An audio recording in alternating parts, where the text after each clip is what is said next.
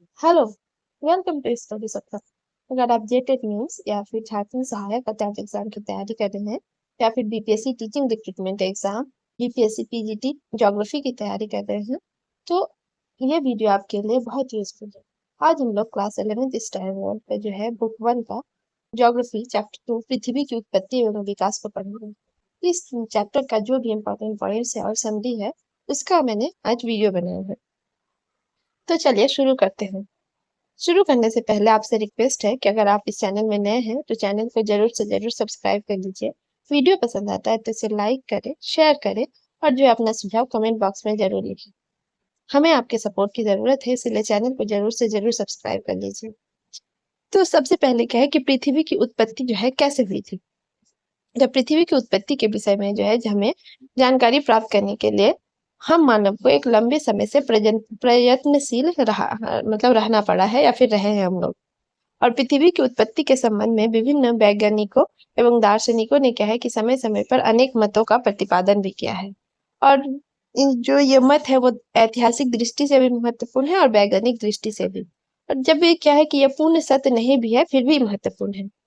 तो सबसे पहला जो मत दिया था वो क्या दिया था कि जर्मन दार्शनिक इमानुएल कांट ने 1755 ईस्वी में न्यूटन के गुरुत्वाकर्षण नियमों के आधार पर एक अपनी व्यायब्य राशि परिकल्पना के माध्यम से पृथ्वी सहित और अन्य ग्रहों की उत्पत्ति को समझाने का प्रयास किया था।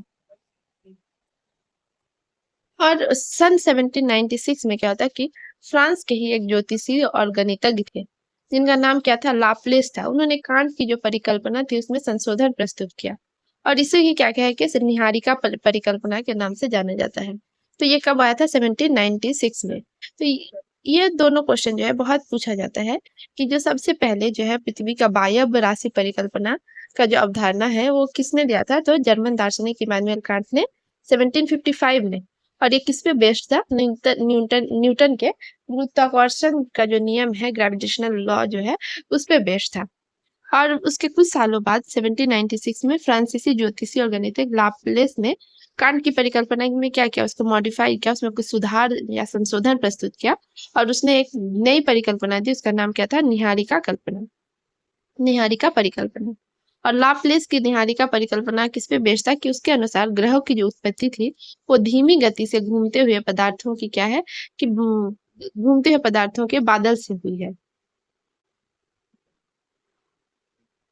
ये इंपॉर्टेंट है, ये बहुत बार पूछा जाता है कि निहारिका परिकल्पना किस पे बेस्ड है। तो इसके अनुसार क्या है, जो ग्रहों की उत्पत्ति होती है तो धीमे गति से जो घूमते हुए पदार्थों के बादल से हुई है, यहाँ पे होगा। और सन 1900 में क्या होता है कि चेम्बरलेन और मोल्टन जो थे, ये दो साइंटिस्ट थे। इन्होंने बताया कि पृथ्वी की उत्पत्ति जो है ब्रह्मांड में एक अन्य भ्रमणशील तारे के सूर्य के निकट के गुजरने के परिणाम स्वरूप हुआ है। वहीं सर जेम्स जीन्स और सर हेरल्ड जाफरी जो दो व्यक्ति थे, उन्होंने क्या है इन चेम्बरलेन और मोल्टन के बताए हुए अवधारणा का क्या है किस्मत का समर्थन किया। और दो तारों में से पृथ्वी की उत्पत्ति जो है उसमें संबंधित जो मत होते हैं वो द्वैतारिक सिद्धांत, उत्पत्ति संबंधी मत जो है वो द्वैतारक सिद्धांत कहलाते हैं। मतलब बहुत सारे लोग जो है वो दो तारों से पृथ्वी की उत्पत्ति का कॉन्सेप्ट देते हैं और इस कॉन्सेप्ट को क्या कहते हैं, द्वैतारक सिद्धांत कहलाता है। सन 1950 ईस्वी में रूस के ऑटो सीमेंट और जर्मन के कार्ल वाइजास्कर, कौन, रूस के कौन थे, ऑटो सीमेंट थे और जर्मन के कौन थे, कार्ल वाइजास्कर। ये दोनों ने क्या है, अब इन्होंने जो लाप्लेस का निहारिका परिकल्पना था उसमें क्या है संशोधन कर अपना मत प्रस्तुत किया। कब, सन 1950 में। और लाप्लेस ने जो है निहारिका परिकल्पना कब दी थी, 1796 में। तो ये है पृथ्वी की परिकल्पना के बारे में, जो ओरिजिन ऑफ द अर्थ के बारे में। तो उन्होंने क्या है कि पृथ्वी की उत्पत्ति के बारे में जो है अपना मत प्रस्तुत किया है। अब आगे हम लोग क्या पढ़ेंगे कि ब्राह्मण की उत्पत्ति के बारे में जो है बहुत सारे लोगों ने जो है अपना बहुत सारा मत दिया है, तो उसके बारे में हम लोग जानेंगे कि क्या है।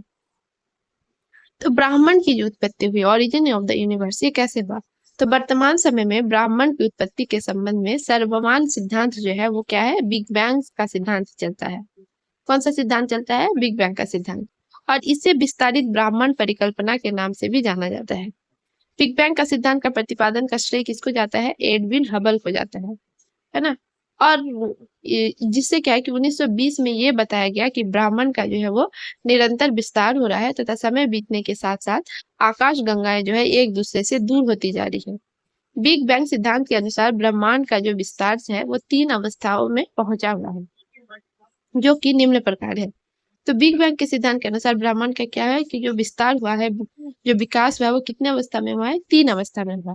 और तीनों अवस्थाओं को हम लोग बारी बारी से पढ़ेंगे क्या क्या है। तो पहला तो है कि प्रथम अवस्था में क्या हुआ है कि ब्राह्मण का जो निर्माण करने वाले तत्व है वो एकाकी परमाणु के रूप में अत्यंत सूक्ष्म अवस्था में एक ही स्थान पर स्थित थे, और जिसका तापमान व घनत्व क्या है वो अनंत था। यानी कि जो एकदम फर्स्ट स्टेज है उसमें ब्राह्मण का जो निर्माण करने वाले तत्व है, जो यूनिट परमाणु है ना, जो एटम के रूप में थे, तो वो क्या थे कि बहुत ही सूक्ष्म अवस्था में थे, बहुत ही छोटी अवस्था में थे, और एक स्थान पे सब क्या है कि जमे हुए थे। और उस टाइम पे उसका तापमान और घनत्व तो क्या था कि अनंत है, मतलब उसको माप नहीं सकते, तो इतना हार्ड था और इतना ज्यादा मतलब उसका तापमान था। फिर क्या हुआ, सेकेंड फेज जो आया, सेकेंड स्टेज में द्वितीय अवस्था में एकाकी परमाणु में क्या है भीषण भीषण विस्फोट से ब्रह्मांड का विस्तार हुआ, जो आज भी जारी है। और बिग बैंग की घटना आज से कितना 13.7 अरब वर्ष पूर्व हुई थी। और तृतीय अवस्था में क्या हुआ, थर्ड स्टेज में, कि तापमान जो है अत्यंत कम हो गया और परमाणुीय पदार्थ का जो है निर्माण हुआ तथा ब्रह्मांड जो है वो पारदर्शी हो गया। अब हम लोग आगे पढ़ेंगे कि तारों का निर्माण जो है वो कैसे हुआ, ओरिजिन ऑफ स्टार्स, है ना। तो तारों का जो है वो निर्माण क्या हुआ कि ब्राह्मण जो है ब्राह्मण विस्तार के संदर्भ में हॉयल नामक के व्यक्ति थे, उन्होंने क्या स्थिर अवस्था संकल्पना प्रतिपादित की। कौन सी संकल्पना प्रतिपादित की? स्थिर अवस्था। फिर आकाश गंगा में उनके अनुसार क्या था, हॉयल के अनुसार, कि आकाश गंगा में क्या है कि असंख्य तारों का समूह होती है, और आकाश गंगा का निर्माण जो है हाइड्रोजन गैस से बने विशाल बादल के संचयन से हुआ है।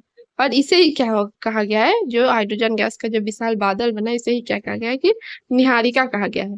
और निहारिका में गैस समूहों के एकत्रीकरण से लगभग 5-6 अरब वर्ष पूर्व जो है वो तारों का निर्माण हुआ। अब यहाँ पे एक वर्ड हमने पढ़ा कि 5 प्रकाश वर्ष। तो प्रकाश वर्ष क्या है कि प्रकाश वर्ष जो है वो दूरी का माप है, और एक वर्ष में प्रकाश जितनी दूरी तय करता है उसे क्या कहता है, एक प्रकाश वर्ष कहा जाता है। अब हम लोग पढ़ेंगे कि ग्रहों का जो है वो निर्माण या ओरिजिन ऑफ प्लेनेट्स कैसे हुआ। तो ग्रहों का जो निर्माण हुआ, तो ग्रहों के विकास की 3 अवस्थाएं मानी जाती है। प्रारंभ में क्या हुआ कि गैसीय बादल में क्रोड का निर्माण हुआ। फिर गैसीय बादल क्या है कि जब संघनन हुआ, मतलब धीरे धीरे ठंडा हुआ, तो अंत गैसीय बादल का संघनन हुआ, और ये क्या था, सेकंड स्टेज था। और सबसे लास्ट स्टेज अंत में क्या हुआ कि ग्रहाणुओं के बढ़ने से बने बड़े पिंडों से क्या हुआ कि ग्रहों का निर्माण हुआ। अब पढ़ेंगे हम लोग कि सोलर सिस्टम, सौर मंडल के बारे में। तो हमारा जो सोलर सिस्टम है, सौर मंडल है, वो क्या है, सूर्य पहला तो इकलौता सूर्य है, फिर 8 ग्रह है, और 63 जो है सैटेलाइट्स या उपग्रह है, लाखों छोटो पिंडों और धूमकेतु बृहत मात्रा में धूलिकण एवं गैसों से निर्मित है। और सूर्य के निकटतम क्या है, 4 ग्रह है। सूर्य के निकटतम जो 4 ग्रह है उसमें से कौन कौन से आते हैं? पहला तो है बुध, शुक्र, पृथ्वी और मंगल। माना पृथ्वी किसमें, 3rd नंबर पे आता है।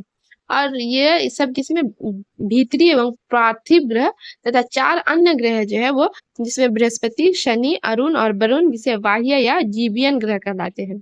तो अगर पूछा जाए कि पार्थिव ग्रह और जोबियन ग्रह क्या है, तो पार्थिव ग्रह है जो निकटतम 4 ग्रह है सूर्य के निकटतम, उसे पार्थिव ग्रह कहते हैं।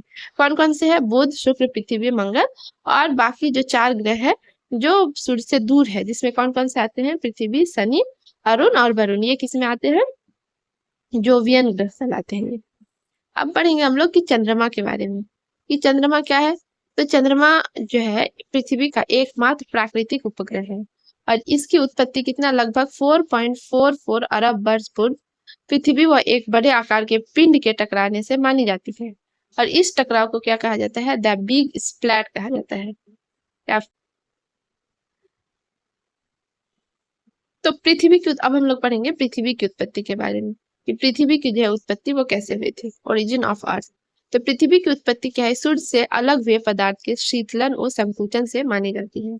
पृथ्वी की सतह से इसके भीतर के भाग तक जो है अनेक मंडल हैं, जैसे कि पृथ्वी के धरातल से क्रोड तक कई परतें पाई जाती है। पहला जो है सबसे ऊपर जो होता है परपटी होता है, फिर प्रावार होता है, फिर बाह्य क्रोड और आंतरिक क्रोड। और पृथ्वी के ऊपरी भाग से लेकर आंतरिक भाग तक पदार्थ का जो है घनत्व जो है वो बढ़ता चला जाता है। अब हम लोग पढ़ेंगे वायुमंडल और जलमंडल का विकास। तो origin of atmosphere and hydrosphere. तो वायुमंडल जो है उसको हम लोग क्या कहते हैं, एटमॉस्फेयर कहते हैं, और वायुमंडल को हम लोग क्या कहते हैं, हाइड्रोस्फेयर कहते हैं। तब हम लोग कैसे वायुमंडल और जलमंडल का विकास हुआ इसके बारे में पढ़ेंगे कि पृथ्वी के जो है वायुमंडल की वर्तमान संरचना में नाइट्रोजन एवं ऑक्सीजन गैसों का जो है प्रमुख योगदान है। कैसे कि प्रारंभिक वायुमंडल में हाइड्रोजन एवं हीलियम गैसों की अधिकता थी। तो जो एकदम शुरुआत में पृथ्वी की रचना हुई थी और उस टाइम का जो वायुमंडल था उसमें क्या था, हाइड्रोजन एवं हीलियम गैसों की अधिकता थी। और ये जो है सौर पवन के कारण क्या है कि धीरे धीरे क्या है पृथ्वी से दूर हो गया। और पृथ्वी के ठंडा होने एवं विभेदन के दौरान पृथ्वी के आंतरिक भाग से अनेक गैसें व जलवाष्प जो है बाहर निकला, जिससे क्या है कि वर्तमान वायुमंडल का जो है वो जन्म हुआ। और पृथ्वी के ठंडा होने के साथ साथ जलवाष्प के संघनित होने से अत्यधिक क्या है कि वो वर्षा होने लगी। और फलस्वरूप वर्षा का जल जो है एक जगह एकत्रित होने से क्या है कि महासागरों का जो है वो निर्माण हुआ। तो समझ गए कि पृथ्वी जब धीरे धीरे ठंडा होने लगी और उसका जब विभेदन हुआ तो पृथ्वी के आंतरिक भाग से ही क्या हुआ कि अनेक गैस व जलवाष्प जो है वो बाहर निकलने लगा। उससे क्या हुआ कि वर्तमान जो अभी वायुमंडल बना हुआ है, वायुमंडल क्या कि पृथ्वी का जो बाहरी आवरण, तो उसका जो है वो जन्म हुआ। और पृथ्वी जब ठंडा हुआ उसके साथ क्या हुआ कि जो जलवाष्प है वो संघनित हुआ, और संघनित होने से बहुत अधिक क्या है वर्षा हुई, बारिश हुई, और उसके फलस्वरूप वर्षा का जल जो है वो एक जगह में एकत्रित हो गया। तो उससे क्या हुआ कि महासागरों का निर्माण हुआ। अब जीवन की उत्पत्ति, ओरिजिन ऑफ लाइफ के बारे में पढ़ेंगे।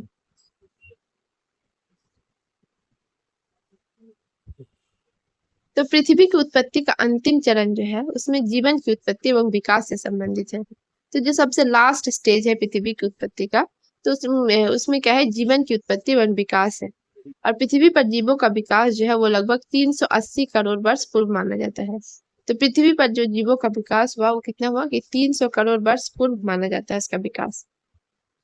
तो अभी हम लोग कुछ ऑनलाइनर्स पढ़ेंगे, मतलब जो वर्ड्स है उसके बारे में हम लोग पढ़ेंगे जो आप चैप्टर्स में दिए हुए हैं। तो सबसे पहले है कि इसका डिफिनेशन पढ़ेंगे कि पृथ्वी जो है तो उसके बारे में क्या है कि सौरमंडल का एक सदस्य ग्रह है जिस पर मानव का निवास है, और जो अपने अक्ष पर सूर्य के चारों ओर क्या है चक्कर लगाता है। और चंद्रमा जो है इसका एकमात्र प्राकृतिक उपग्रह है। तारे क्या है कि तारे जो है स्टार्स एक गैसीय द्रव से बने दीप्तिमान ब्रह्मांडीय पिंड तारे कहलाते हैं। और ब्रह्मांड में लगभग 5000 तारे हैं। और पृथ्वी के सबसे निकट का जो तारा है वो क्या है, सूर्य है। पर तारे क्या है कि गैसीय द्रव्य से बने दीप्तिमान ब्रह्मांडीय पिंड जो है वो तारे कहलाते हैं। और ब्रह्मांड में लगभग 5000 तारे हैं। और पृथ्वी के सबसे निकट का तारा जो है वो क्या है, सूर्य, यानी कि सूर्य जो है वो भी एक तारा है। अब हम लोग पढ़ेंगे परिकल्पना। परिकल्पना या हाइपोथेसिस क्या होता है।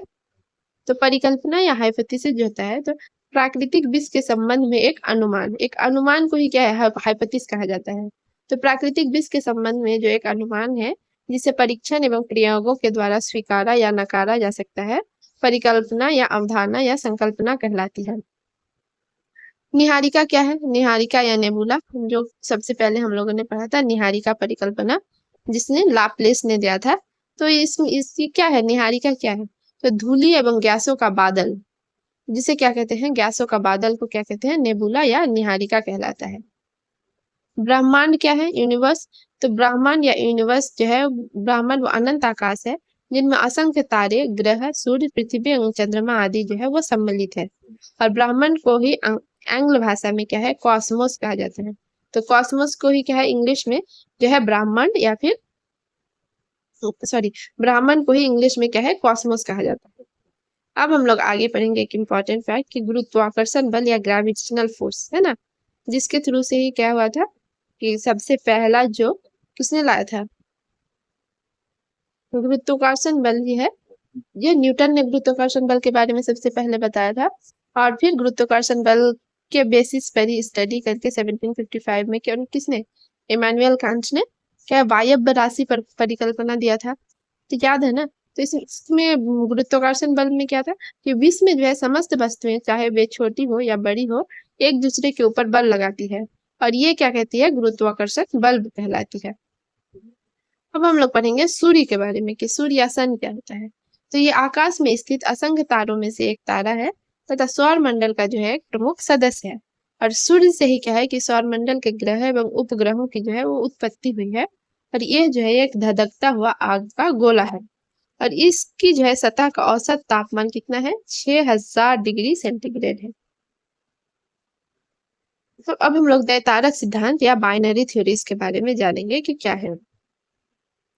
तो पृथ्वी की उत्पत्ति से संबंधित वह सिद्धांत जो सौर परिवार की उत्पत्ति, जिसमें क्या है कि दो तारों से सौर परिवार की उत्पत्ति हुई है या पृथ्वी की उत्पत्ति हुई है दो तारों से। तो इस सिद्धांत के अनुसार क्या है, ग्रहों का निर्माण सूर्य के समीप एक दूसरे भ्रमणशील तारे के गुजरने से हुआ है। तो इसे ही क्या कहते हैं हम लोग, दैतारक सिद्धांत कहते हैं। आगे हम लोग पढ़ेंगे कि आकाश गंगा या गैलेक्सी क्या होता है।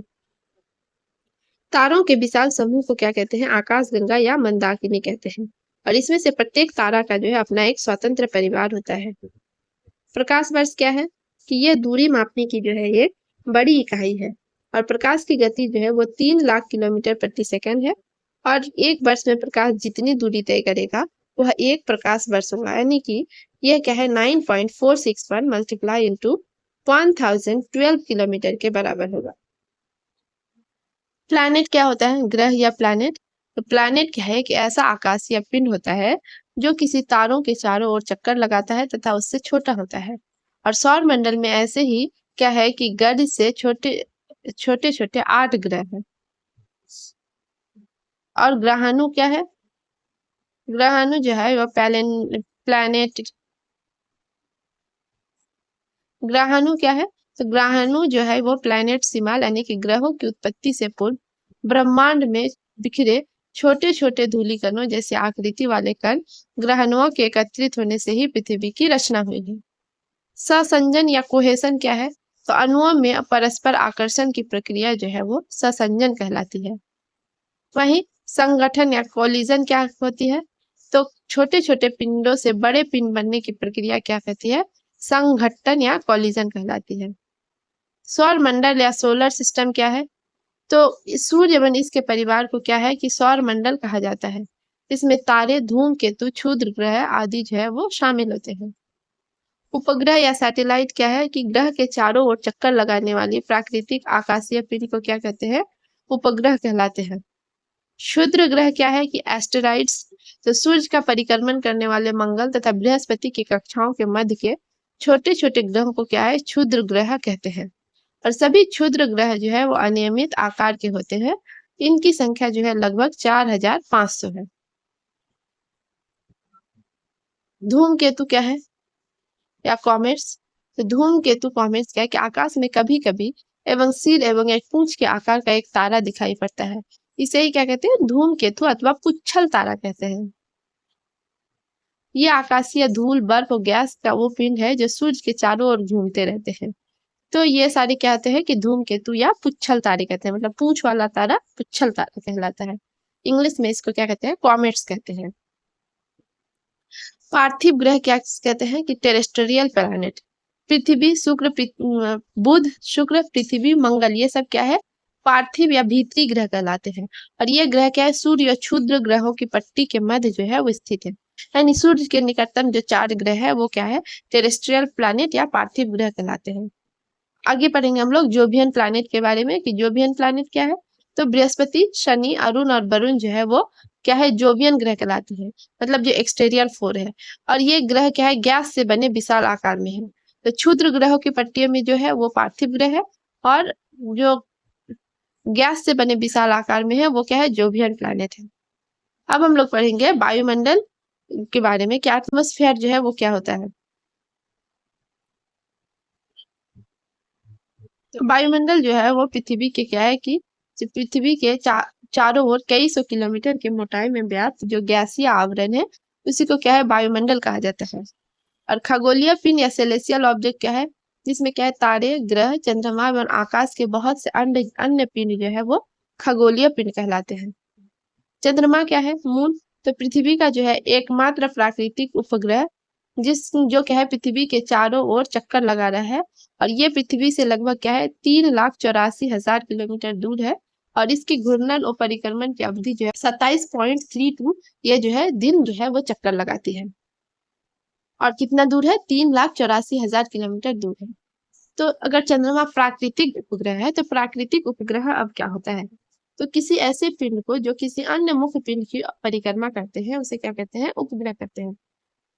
तो उपग्रह क्या होता है, जो खुद में एक पिंड होता है लेकिन वो क्या है कि अन्य एक उसका एक मुख्य पिंड होता है उसका परिक्रमा करता है। दूसरे शब्द में वो आकाशीय पिंड है जो ग्रह के चारों ओर परिक्रमा करते हैं, उपग्रह या प्राकृतिक उपग्रह कहलाते हैं। फॉर एग्जाम्पल चंद्रमा मतलब मून ही है जो पृथ्वी का प्राकृतिक उपग्रह है। अब हम लोग एक नया वर्ड पढ़ेंगे, डम्बल बेल। डम्बल बेल क्या है कि मध्य से पतले व किनारे से मोटी वाली आकृति को क्या करेंगे, उसको पिंड, आकृति वाले पिंड को डम्बल बेल कहते हैं। मतलब डम्बल का शेप का जो होता है ना पिंड, उसको जैसे इधर मोटा है और इधर मोटा है और ये इधर से अगर जुड़ा हुआ है तो यहाँ से ये पतला है, तो इस तरह की आकृति वाले जो पिंड होते हैं उसको हम लोग डम्बल बेल कहते हैं। अब द बिग स्प्लैट के बारे में पढ़ेंगे कि द बिग स्प्लैट जो है वो क्या था। तो वर्तमान वैज्ञानिक जो है पृथ्वी के उपग्रह के रूप में चंद्रमा की उत्पत्ति जो है एक बड़े टकराव से मानते हैं, जैसे द बिग स्प्लैट कहते हैं। वातावरण या एनवायरनमेंट क्या है, तो पृथ्वी के चारों ओर फैले हुए आवरण को ही क्या है, वातावरण कहते हैं, जिसमें क्या है कि जैविक, अजैविक और सांस्कृतिक जो घटक है वो सब शामिल है। कोर या क्रोड क्या है, तो पृथ्वी का जो केंद्रीय भाग है उसे क्या कहते हैं, क्रोड कहते हैं। और क्रोड को हमने कितने दो भागों में विभाजित किया है, पहला क्या है बाह्य क्रोड और दूसरा है आंतरिक क्रोड। तो अब पढ़ेंगे हम लोग स्थल मंडल के बारे में। स्थल मंडल मतलब क्या होता है, लिथोस्फीयर। तो भूपर्वतीय का जो सबसे ऊपरी भाग है उसे हम लोग क्या कहते हैं, स्थल मंडल कहते हैं। एक नाम जो हम लोग बहुत कॉमन सुनते हैं उल्का पिंड के बारे में। तो उल्का पिंड या मेटेओर क्या होता है कि अंतरिक्ष में घूमते हुए धूल और गैस के पिंड जो पृथ्वी के वायुमंडल में आने के बाद घर्षण के कारण जो है वो चमकने लगते हैं तथा पृथ्वी पर पहुंचने से पहले जलकर जो है वो राख हो जाते हैं। उन्हें क्या कहते हैं हम लोग, उल्का या उल्का पिंड कहते हैं। गुरुत्व बल क्या होता है या ग्रेविटी फोर्स, तो एक आकर्षण बल है जिसके द्वारा समस्त वस्तुएं जो है पृथ्वी के केंद्र की ओर संचलन की प्रवृत्ति रखती है। मतलब एक ऐसा बल जिससे क्या है कि जितनी भी वस्तुएं हैं वो सब क्या है कि पृथ्वी की ओर, केंद्र की ओर खींची चली आती है, इसे हम लोग ग्रेविटी फोर्स कहते हैं। सनहत या डेंसिटी क्या होती है, तो सनहत या डेंसिटी को हम लोग सघनता, ठोसपन, घनापन या घनत्व भी कहते हैं। भूपर्वतीय या क्रस्ट क्या होता है, तो पृथ्वी का ठोस का सबसे जो बाहरी भाग है उसको हम लोग क्रस्ट कहते हैं। प्रवार या मैंटल क्या होता है, तो प्रवार या मैंटल जो होता है कि भूगर्भ में पर्वती का जो नीचे भाग होता है वो प्रवार कहलाता है, और इसी से क्या है ज्वालामुखी जो है वो उद्गार होता है। विभेदन या डिफ्रेंसिएशन होता है कि हल्के एवं भारी घनत्व वाले पदार्थों के अलग होने की प्रक्रिया को विभेदन कहते हैं, और इस प्रक्रिया के अंतर्गत भारी पदार्थ जो होता है वो पृथ्वी के केंद्र की ओर चले गए तथा हल्के पदार्थ जो है वो पृथ्वी की सतह पर ऊपरी भाग की ओर आ गए। तो इसे क्या कहते हैं हम लोग, विभेदन कहते हैं या फिर डिफ्रेंसिएशन कहते हैं। यानी कि हल्का एवं भारी घनत्व, किसी भी वस्तु का एक घनत्व होता है, तो जो हल्का एवं भारी घनत्व वाले पदार्थ जो होते हैं जो अपने आप जो अलग होते हैं, अलग होने का प्रोसेस है उसे ही हम लोग विभेदन कहते हैं। अब हम लोग पढ़ेंगे जैव मंडल या बायोस्फीयर के बारे में। तो स्थल मंडल, जल मंडल एवं वायुमंडल तीनों जगह जहाँ पे मिल जाता है, तीनों मंडल, और वहां पे क्या है कि वहां से मिलने वाले जीवों से संबंधित मंडल को ही हम लोग क्या कहते हैं, जैव मंडल कहते हैं। प्रकाश संश्लेषण की प्रक्रिया, फोटोसिंथेसिस प्रोसेस क्या है कि पौधों में जल, प्रकाश, पर्णहरित मतलब एवं कार्बन डाइऑक्साइड की उपस्थिति में, पर्णहरित मतलब जो क्लोरोफिल है उसकी उपस्थिति में कार्बोहाइड्रेट्स के निर्माण की प्रक्रिया में प्रकाश संश्लेषण की जो प्रक्रिया होती है उसे ही क्या कहते हैं, प्रकाश संश्लेषण की जो प्रक्रिया होती है, और इस प्रक्रिया द्वारा क्या है कि पौधे जो है अपना भोजन बनाते हैं। सौर पवन या सोलर विंड क्या है कि सूर्य द्वारा उत्सर्जित गैसों का जो है आवेशित बादल जो कि सूर्य से सभी दिशाओं में गमन करता है उसे क्या कहते हैं हम लोग, सोलर विंड कहते हैं। गैस उत्सर्जन या डी गैसिंग किसे कहते हैं, तो पृथ्वी के आंतरिक भाग से धरातल पर जो है गैसों के आने की जो प्रक्रिया है उसे गैस उत्सर्जन कहा जाता है। तो पृथ्वी के आंतरिक भाग से बहुत बार क्या होता है कि गैस का रिसाव होने लगता है। तो इस प्रोसेस को हम लोग क्या कहते हैं? गैस उत्सर्जन कहते हैं। अब महासागर या ओशियन क्या है कि भूमंडलीय भाग को घेरे हुए उपस्थित लवणीय जल की जो विशाल जल संहति को ही हम लोग क्या कहते हैं? महासागर कहते हैं। तो महासागर में कैसा जल होता है? लवणीय जल होता है। अणु या मॉलिक्यूल क्या होता है कि ये किसी भी पदार्थ की जो है वो सबसे छोटी इकाई होती है और उस पदार्थ के जो है जो गुण होते हैं उस अणु में निहित होते हैं। शैवाल या ब्लू ग्रीन एल्गे जो होता है वो क्या होता है? तो सामान्य जीवों की तरह पादपों का भी एक ऐसा समूह जो प्रकाश संश्लेषण क्रिया द्वारा अपना भोजन स्वयं बनाता है, उसे क्या है? शैवाल कहलाता है। और ये प्रायः भूरे, हरे अथवा लाल रंग के होते हैं तथा मुख्यतः जल एवं आर्द्र क्षेत्रों में पाए जाते हैं। यह क्या है? एक जलीय पौधों का समूह है और इन पौधों में ना फूल आते हैं ना ही पत्तियां। और जीवाश्म क्या होता है? फॉसिल्स। तो भूगर्भ में दबे हुए जीव जंतुओं के प्राचीन कालीन अंश को क्या कहते हैं? फॉसिल्स या जीवाश्म कहते हैं। महाकल्प या एरा किसे कहते हैं? तो भौगोलिक समय की जो सबसे बड़ी इकाई है उसे हम लोग महाकल्प या एरा कहते हैं। और कल्प मतलब जो होता है उसे क्या कहते हैं? पीरियड कहते हैं। तो भूवैज्ञानिक काल का एक उप विभाग जो अनेक युगों के समेकन से बना है उसे क्या कहते हैं? हम लोग कल्प कहते हैं। और युग या एपोक जो होता है वो क्या कहते हैं? तो कल्प का ही एक भाग जो होता है वो क्या होता है? एपोक होता है।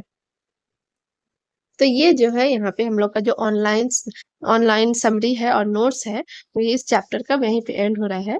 अगर आपको ये वीडियो यूजफुल लगा हो तो आप चैनल को जरूर से जरूर सब्सक्राइब कर लीजिए ताकि आप इसे कंटिन्यू बने रह सकते हैं। और वीडियो पसंद आता है तो इसे लाइक करें, दोस्तों में शेयर करें और अपना सुझाव जो है वो कमेंट बॉक्स में जरूर लिखें। वीडियो देखने के लिए जो है आपका बहुत बहुत धन्यवाद।